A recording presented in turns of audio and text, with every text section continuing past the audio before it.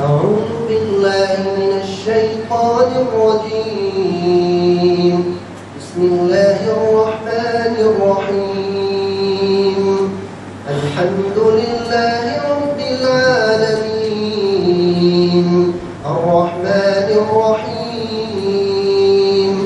مالك يوم الدين إياك نعبد وإياك نستعين اهدنا الصراط المستقيم صراط الذين أنعمت عليهم غير المغضوب عليهم ولا الضالين.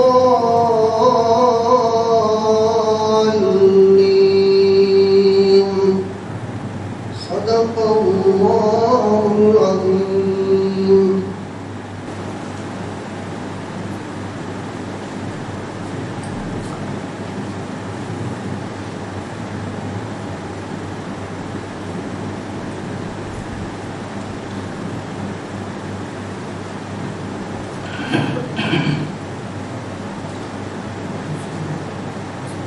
الحمد لله رب العالمين وأفضل الصلاة وأتم التسليم على سيدنا محمد وعلى آله وصحبه أجمعين. قابل صد احترام واجب الاحترام محترم جناب شکیل احمد صاحب، قابل صد احترام میرے بزرگوں، بھائیوں اور دوستوں، اور نہایت ہی قابل احترام معزز ماؤں، بہنوں اور بیٹیوں، السلام علیکم ورحمۃ اللہ وبرکاتہ۔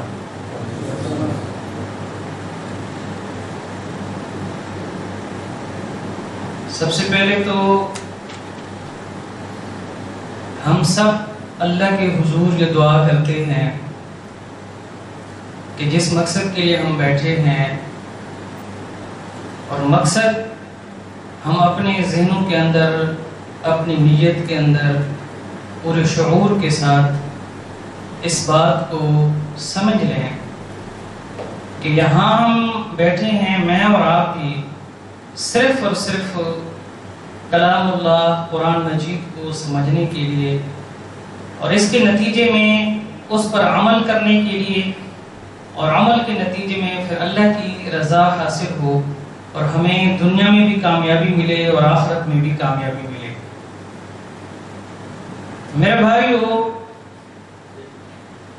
حقیقت یہ ہے کہ قرآن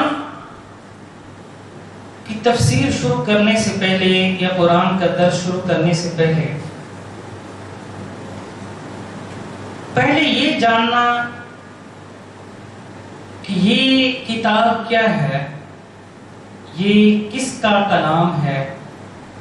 کون اس کو لے کر آیا ہے، اور کس پر یہ کتاب نازل ہوئی ہے۔ امر کی طاقت آمر سے پہچانی جاتی ہے، کلام کی طاقت متکلم کی طاقت سے پہچانی جاتی ہے۔ جتنا بڑا آمر ہوتا ہے اتنا بڑا اس کا امر ہوتا ہے، جتنی طاقت والا آمر ہوتا ہے اتنی طاقت اس کے امر کے اندر ہوتی ہے، اور جتنا بڑا متکلم ہوتا ہے اتنی بڑی اس کی بات ہوتی ہے۔ کلام اللہ قرآن مجید جو ہمارے سامنے ہے، سب سے پہلے تو یہ جان لیجئے کہ قرآن کلام اللہ بھی ہے اور کتاب اللہ بھی ہے، یعنی اس سے پہلے جو کتابیں نازل ہوئی ہیں وہ کلام اللہ نہیں ہیں، کتاب اللہ ضرور ہیں، اور قرآن جو ہے یہ کلام اللہ ہے۔ اور نبی رحمت صلی اللہ علیہ وسلم نے فرمایا کہ اگر یہ کلام جو اللہ کی صفت ہے، اگر یہ براہ راست لوح محفوظ پر اللہ تعالیٰ نازل کرتا جس طرح نبی اکرم صلی اللہ علیہ وسلم کے دل پر نازل کیا گیا، وہ لوح محفوظ جس کی ابتدا اور انتہا کا صرف اللہ ہی کو علم ہے، تو حضور نے فرمایا کہ وہ پرزے پرزے ہو جاتا اس کی طاقت سے۔ اس لیے میرے بھائیو، قرآن کی تفسیر سے پہلے یہ آپ جان لیجئے کہ آپ کلام اللہ، اللہ کا کلام آپ کے سامنے پیش کیا جا رہا ہے، اور اس کے ساتھ آپ یہ بھی ذہن میں رکھیے کہ پوری کائنات میں سب چیزیں اللہ کی مخلوق ہیں۔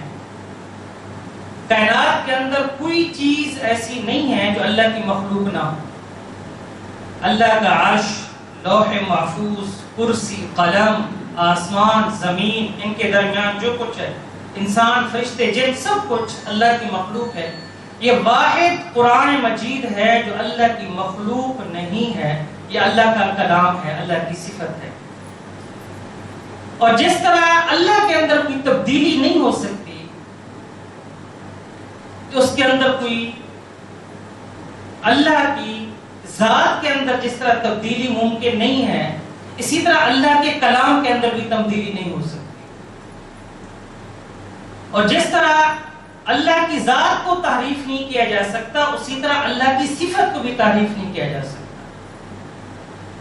تو جس طرح اللہ کی ذات محفوظ ہے، اسی طرح کلام اللہ، اللہ کی صفت بھی محفوظ ہے۔ تو اس لیے میرے بھائیو، یہ بات تو ضروری ہے کہ ہم کلام اللہ کو جاننے سے پہلے اللہ کا تعارف ہمارے سامنے ہونا چاہیے، اور اس کے بعد جو ہستی لے کر آئی ہے، اور اس کے بعد جس ہستی پر یہ قرآن پاک نازل ہوا ہے، اگر یہ سارا منظر سامنے نہ ہو تو قرآن تو بذات خود ایک اجنبی سی کتاب سی معلوم ہوتی ہے۔ پہلے یہ جو چیزیں ہیں، ان چیزوں کا جو تعارف ہے وہ ایز اے مسلمان ہمارے سامنے تو موجود ہے، لیکن پوری روشنی کے ساتھ، پوری طاقت کے ساتھ ان کا تعارف یہ کلام اللہ خود پیش کرے گا۔ اس کے بعد تفسیر کو، درس کو شروع کرنے سے پہلے میں آپ کے سامنے 2-3 باتیں عرض کرنا ضروری سمجھتا ہوں۔ ایک تو یہ کہ محترم شکیل احمد اعظمی صاحب انتہائی بڑے ادارے سے فارغ التحصیل ہیں، اور ان کا تجربہ بہت زیادہ وسیع تھا، ان کا علم بحر بے کران تھا۔ میں نے تو ان کے 2-3 دروس سنے ہیں، لیکن آپ ان کو سال ہر سال سے ان کے علم سے فیض یاب ہو رہے ہیں۔ یہ ہمارے لیے اور خاص طور پر میرے لیے انتہائی خوش نصیبی کی بات ہے کہ میں ان کی موجودگی میں یہ جسارت کر رہا ہوں کہ قرآن مجید کا درس دینے چلا ہوں۔ لیکن یہ نظم کا حکم ہے، اور ہمارا سارا معاملات جو ہے وہ شورا و نظم کے تحت ہی چلتے ہیں۔ ان کا طریقہ کار جو تھا وہ بہت اچھا تھا، لیکن اس کے اندر تھوڑی سی تبدیلی ہم کرنے جا رہے ہیں کہ وہ ہر ایک آیت کی تلاوت کے ساتھ اس کا ترجمہ اور اس کی تشریح آپ کے سامنے رکھتے تھے، اور اس سے ظاہر ہے کہ اس تھوڑے سے وقت میں اور ان تھوڑے سے دنوں میں اس انداز سے قرآن مجید مکمل ہونا ناممکن ہے۔ تو اب یہ ساتھیوں کی رائے آئی ہے مجلس انتظامیہ کی طرف سے کہ اگر ہو سکے تو قرآن مجید کو مکمل کیا جائے، اور اس کو سمرائز کیا جائے، اور اس کو خلاصے کے طور پر جو پیغام ہے، جو مقصد ہے، وہ بات کر دی جائے، اور ہر آیت کا ترجمہ یا ہر آیت کی تشریح نہ کی جائے۔ ایک تو یہ ایک واضح بنیادی فرق ہوگا جو آپ محسوس کریں گے۔ دوسری بات یہ ہے کہ آپ یہ دیکھیے کہ قرآن مجید، اس کا انداز تحریری نہیں ہے، تقریری ہے۔ اس بات کو نوٹ کیجئے کہ پورا قرآن مجید تحریر کے انداز میں نہیں ہے، تقریر کے انداز میں۔ اور عام کتابیں جو آپ کے سامنے ہوتی ہیں اور آپ اس کا مطالعہ شروع کرتے ہیں تو اس کے شروع میں موضوع ہوتا ہے کہ یہ کتاب اس موضوع پر ہے، اور اس کے اندر یہ چیپٹر ہوں گے اور یہ باتیں اس کے اندر ہوں گی۔ تو قرآن مجید جو ہے اس طرز پر کتاب نہیں ہے. اگر آپ اس کو جو دوسری کتابیں ہیں ان کا جس طرح مطالعہ کرتے ہیں، آپ وہ ذہن لے کر بیٹھیں گے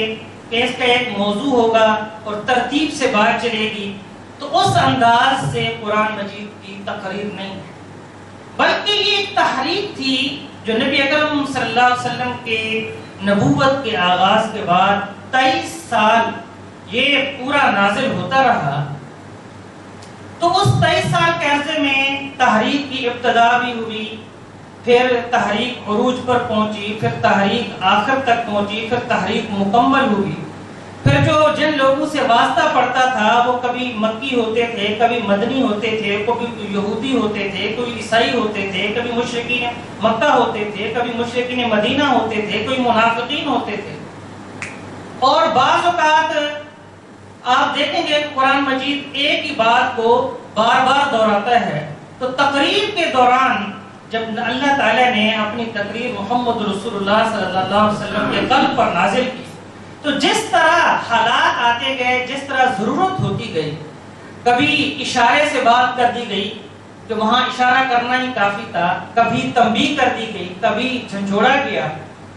تو کبھی تفصیل سے واقعہ بیان کر دیا گیا، اور کبھی اسی واقعے کو صرف اشارہ دے کر ختم کر دیا گیا. تو یہ ساری باتیں قرآن مجید کے اندر ساتھ ساتھ چلیں گی. اور اس کے بعد سب سے جو ضروری عمل ہے کہ ہم یہاں طالب حق کی نیت سے بیٹھیں کہ ہم حق کے طالب ہیں اور ہم اللہ سے دعا گو ہیں کہ یا اللہ ہمیں حق عطا فرما، اس کی سمجھ عطا فرما اور اس پر پھر عمل کرنے کی توفیق عطا فرما.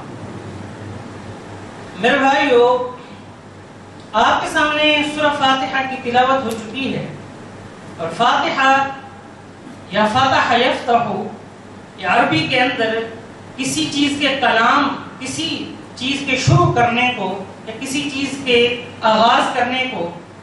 یا کسی چیز کے کھولنے کو، اس کو ان الفاظ سے تعبیر کیا جاتا ہے. اور ظاہر ہے قرآن مجید کو جب شروع کیا جانے لگا، جب اس کی ابتدا ہونے لگی، تو اس سورت کو سب سے پہلے قرآن مجید کے شروع میں رکھا. معتبر روایات سے یہ بات معلوم ہوئی ہے کہ قرآن مجید کی یہ سب سے پہلی سورت ہے نزولی اعتبار سے بھی، جب قرآن مجید نازل ہونے لگا، جو مکمل نازل ہوئی. اس سے پہلے کوئی سورت مکمل نازل نہیں ہوئی. ہاں، اس سے پہلے سورہ علق کی کچھ آیات نازل ہو چکی تھی، سورہ مزمل کی کچھ آیات نازل ہو چکی تھی، سورہ مدثر کی کچھ آیات نازل ہو چکی تھی. لیکن اس کے بعد جب مکمل سورت نازل ہوئی تو یہ پہلی سورت تھی جو سورہ فاتحہ نازل ہوئی، اور انتہائی مکہ کے ابتدائی دور کے اندر نازل ہوئی. اور اس کے اندر سب سے جو بنیادی بات ہے وہ یہ کہ اللہ تعالیٰ نے پورے قرآن مجید کا خلاصہ اس سورت کے اندر رکھ دیا. یعنی اگر آپ یہ دیکھیں کہ پورے قرآن مجید کی جھلک دیکھنا چاہیں، خلاصہ دیکھنا چاہیں،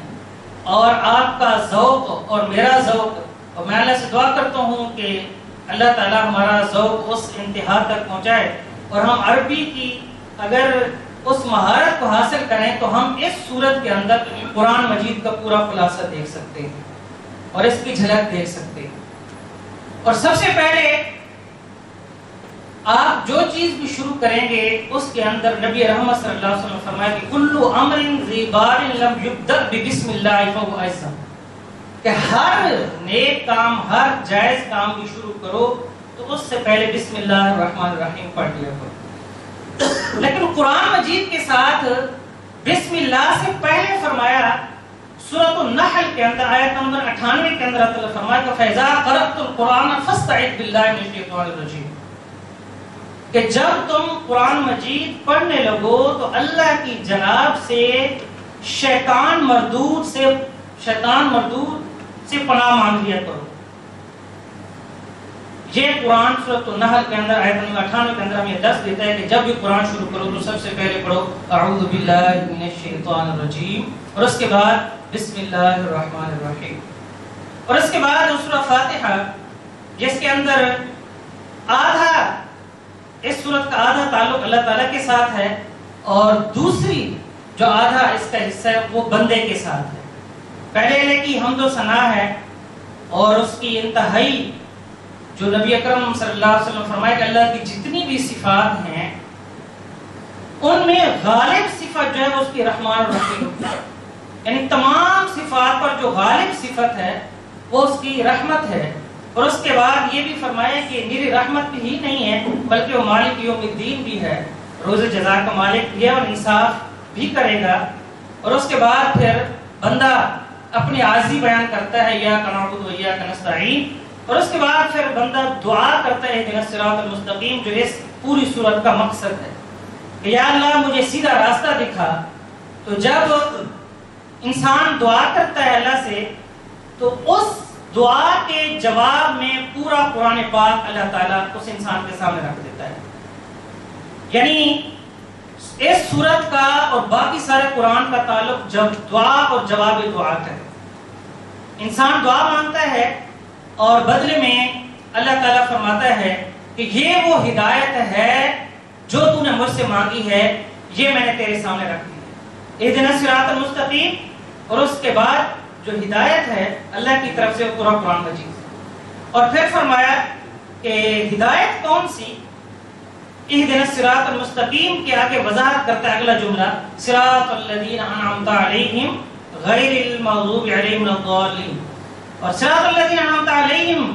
یہ ایک حصہ ہے اور غیر المغضوب علیہم ولا الضالین یہ دوسرا حصہ ہے. کہ کون سی ہدایت؟ وہ ہدایت جو تو نے اپنے نیک بندوں کو پہلے عطا کی ہے اور جن پر تیرا انعام رہا ہے.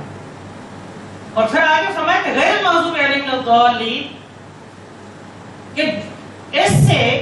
یہ بتانا مقصود ہے کہ بظاہر جو دنیا کے اندر ہمیں نظر آتا ہے کہ دنیاوی فوائد عارضی طور پر ہم کو مل رہے ہیں، ہمیں صرف ان لوگوں تک محدود نہ رکھ، اتنا انعام نہ عطا فرما،